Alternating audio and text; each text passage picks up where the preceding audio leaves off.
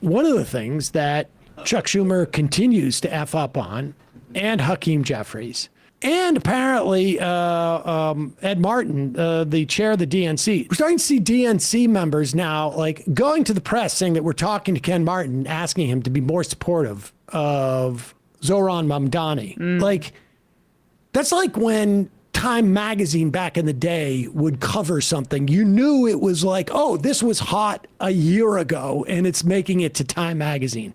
If people in the DNC are now going public with their complaints to Ken Martin that the DNC is not doing enough to support Zohran Mamdani, we are light years past where like it's stale. You would think that the voice of reason in terms of like panicking, like what's going to happen to New York if Zohran Mamdani wins the mayoralty? Like, I can't bear to think of it.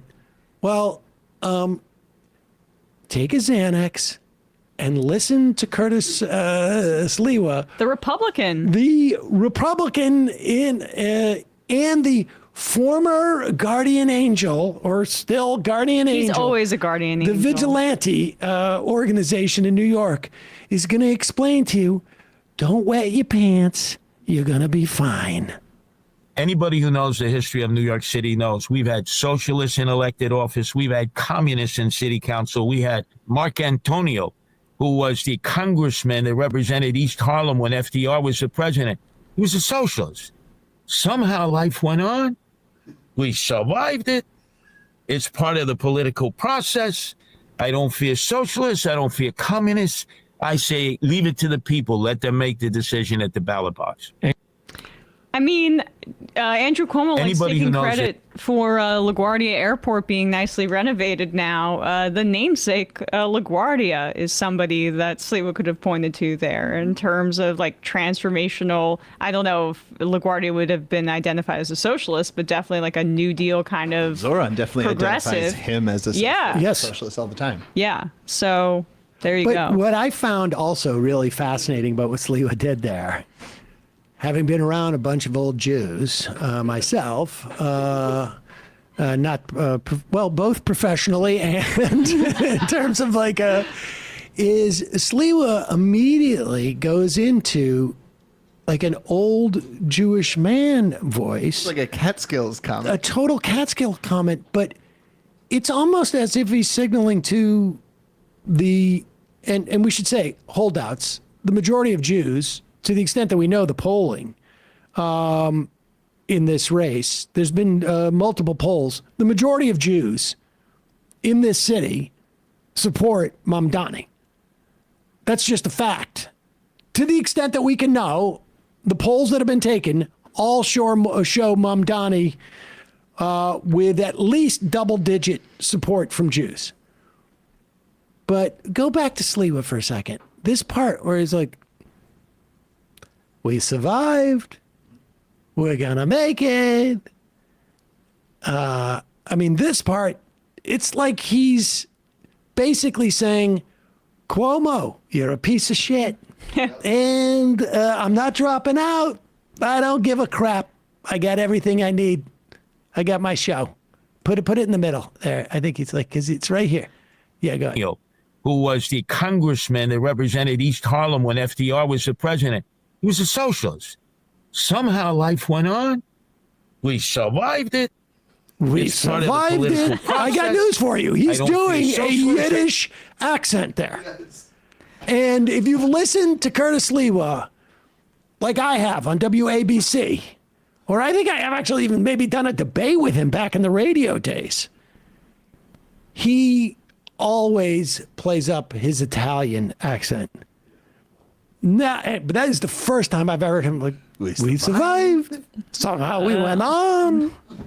I have no idea. What is his ethnicity? He's Italian. Oh, okay. Oh, well, yeah. You never he's shot constant. by the Gotti family. Oh, yeah. All right. Well, he's a real New York character. I mean, he's also paying it back because Zohran has smartly said, like, I trust Sliwa more than Adams or Cuomo, because he knows that, now that Adams has dropped out, it's less relevant, but both of those were more of threats to him than Sliwa. So I actually do trust Sliwa. I 100% trust Sliwa. I mean, and also a guy like Sliwa, who's been a bit of a character in New York politics for a while, has dealt with Andrew Cuomo.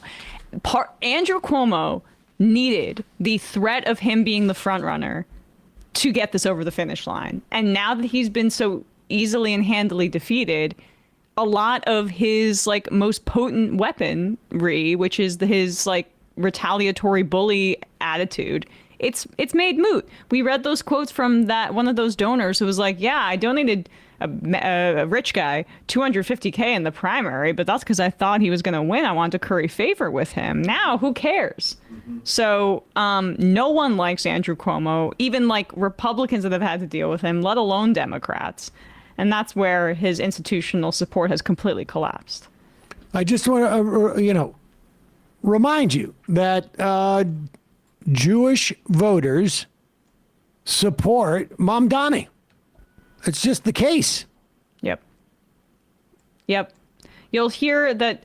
You'll hear Jewish voters use interchangeably with Zionist activist groups in most of the press, or Jewish students with Zionist activist groups.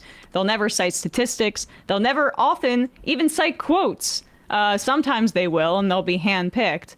But it is a misinformation campaign to conflate Jewish voters with Zionist interests. This is from Adam Johnson's piece in these Times. Two recent polls, this is in August. A July Zenith research poll shows Mamdani with a 17-point lead with New York Jewish voters, with 43% of the total, compared to 26% for Cuomo, 15% for Adams, 9% for Sliwa. You could argue that if all of Eric Adams' votes goes for Cuomo, that would be 51%. But the majority in July.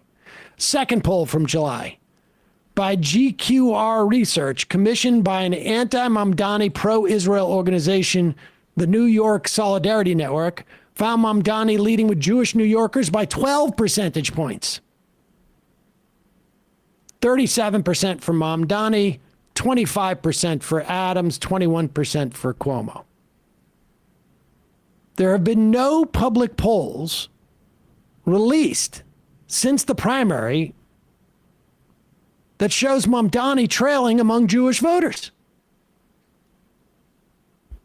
I guarantee you, I literally had a conversation with someone 2 days ago that said 70% of Jews in New York are against Mamdani. And I'm like, I haven't seen that poll, but I didn't. Were you talking to Andrew Cuomo? No, that was not. I mean, in the assuredness. Like definitely 70%. I'm like, I don't think so. Were they older? Now, the argument could be that he's only getting 30%. And in this instance, it's 37% by the most. But that doesn't mean that 70% are against Mamdani. No. It's just, that's an absurd framing for it. The majority of Jews support Mamdani. At the very least, a plurality is what we can definitively say. And I think in ranked choice voting in the primary, a majority of Jewish voters in the primary did support Mamdani. Even Andrew Cuomo said that in the end.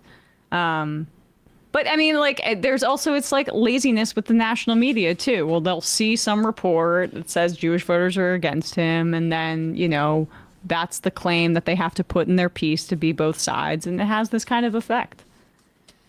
But we're going to get true results, and then we'll see how they can keep denying it. Hey, folks, don't forget to hit the subscribe button and check out our daily show. We do it every day at 12 p.m. Eastern for about 2.5 hours. We even take phone calls. You should check that out.